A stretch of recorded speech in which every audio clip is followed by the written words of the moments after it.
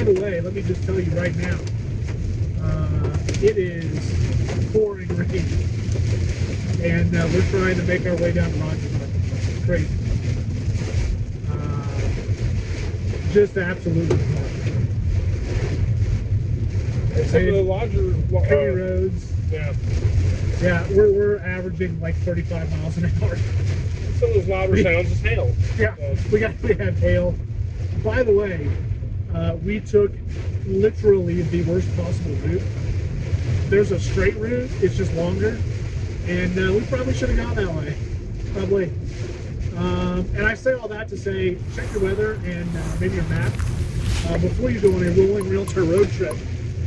Might be a good idea for you. Okay. Welcome. Here we're still on our road trip in the Rolling Realtor studio on a Rolling Realtor road trip. By the way, we're cruising through a little town in Missouri. Still in Missouri. Haven't got to Arkansas yet. If just by looking at the background scenery, you can tell me what little town in Missouri we're in, you put it in the comments. Just by looking at the scenery, I will give you a free gift. I don't know what, but I'll find something appropriate. And I can tell you this is for now though, we should probably talk about real estate. So, how many episodes have we done? This is episode 4? 4. Episode 4, season 3. So we've done 3 episodes while on our road trip. As you know from previous episodes, we're basically talking about one subject, and that is the real estate market. It's so crazy. It's nuts right now. We've talked about inventory and mortgages, and we have talked about COVID.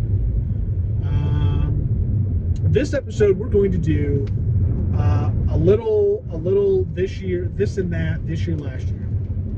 I have in front of me the mansion section, as you know, my favorite section of the Wall Street Journal, which also happens to be, incidentally, the best source in this country for real estate news. Kind of see some of the predictions may have panned out.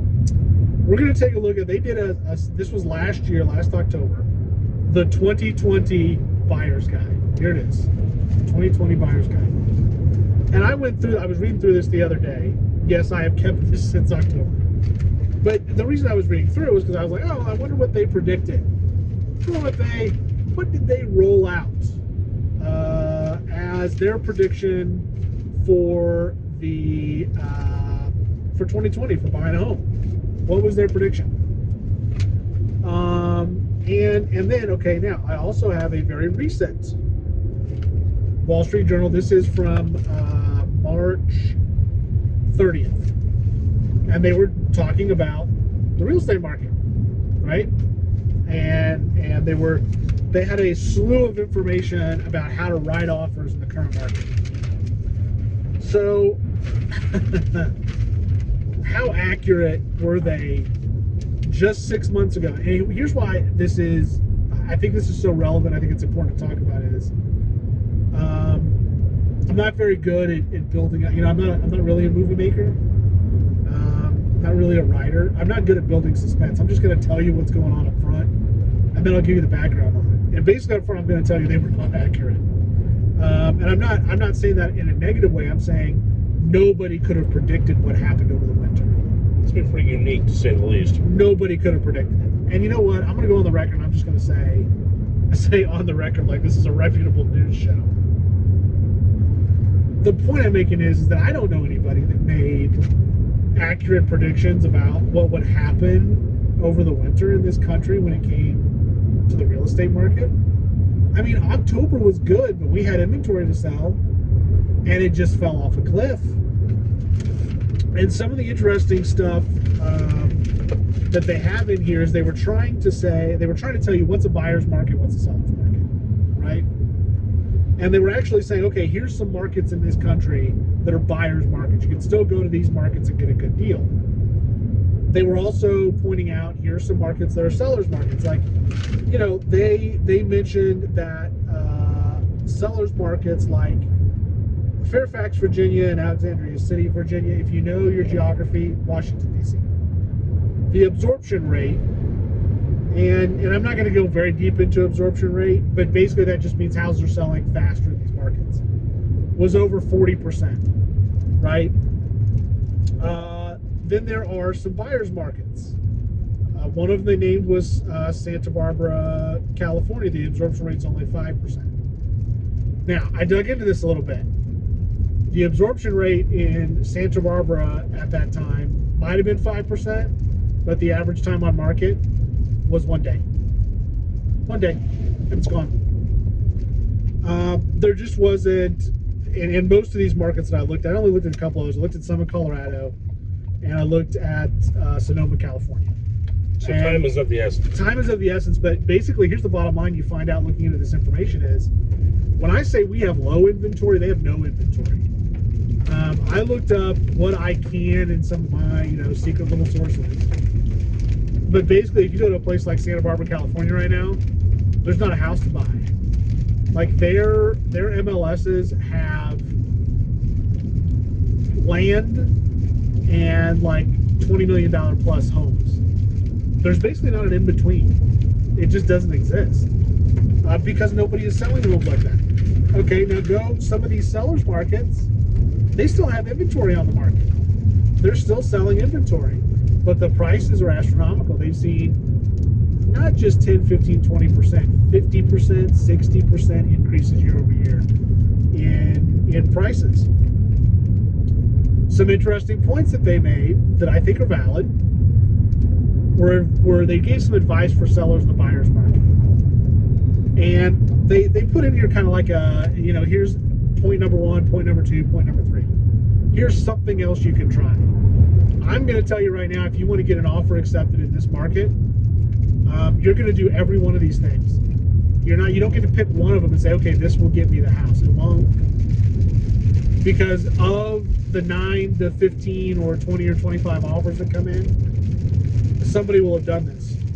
Escalation clauses. Basically, every offer we're writing right now has an escalation clause. If it doesn't, every offer we're receiving when we list property has an escalation clause. And we don't always take those. Waiving contingencies. Basically all of them. Cash up front. They're talking about earnest money here. Earnest money in the 10% range is not uncommon. Now let me tell you something about that. Waiving contingencies and high earnest money deposits, very uncommon in most markets. And I'm talking earnest money deposits equal to 10% of an offer price. Oh yeah. $20,000, $30,000, $40,000. And then they waive the contingency. So basically their earnest money becomes almost non-refundable. And it's a lot of money. Oh yeah. The risk for the buyer becomes very low. They're going to get something, right? That is tough for a lot of buyers, though. What if you don't have that much money and somebody else makes an offer like that? It's tough to compete. Cash. Lots of cash buyers out there. Why? They're selling a home and they're getting just tons of money and they're downsizing. That's the number one buyer pool right here. This is your market if you want to sell a large, expensive home, or you just want to sell. Maybe you're in a market where you get $300, $400, $500, $600 a square foot, and then you come to a market like my market, which is Caney, Stone Green, Christian County, Missouri, Springfield, Branson, the Lake, Ozarks, and you buy, a 1,500 square foot home, and you pay half that per square foot. You downsize into that. And downsizing could mean high price to a market that's lower priced, or a lot of square footage to lower square footage, less square footage. All of those things kind of fit in that realm. And if that's who you are, you need to call me today, because I can get you a deal if you're in that. It will seem like a deal anyway, especially when you sold a 1,500 square foot home. I'm not kidding. This is where it's at in this country for $1 million. And you want to come here, and I can sell you one for $225, $250. I get you a real nice house in a managed neighborhood, maybe even with a pool. Not a pool for yourself, but the HOA has a pool. $300, $350. And I get you 2,200, 2,300 square feet. I'm not kidding. It's out there. You got to hunt for it, and you got to be willing to pay for it. But when you come from a market where you sold that same thing for $500,000, $600,000, $700,000 more, it's a pretty good deal. Very unique opportunities for sellers right now and buyers. It is. And I'm not saying that these predictions were wrong.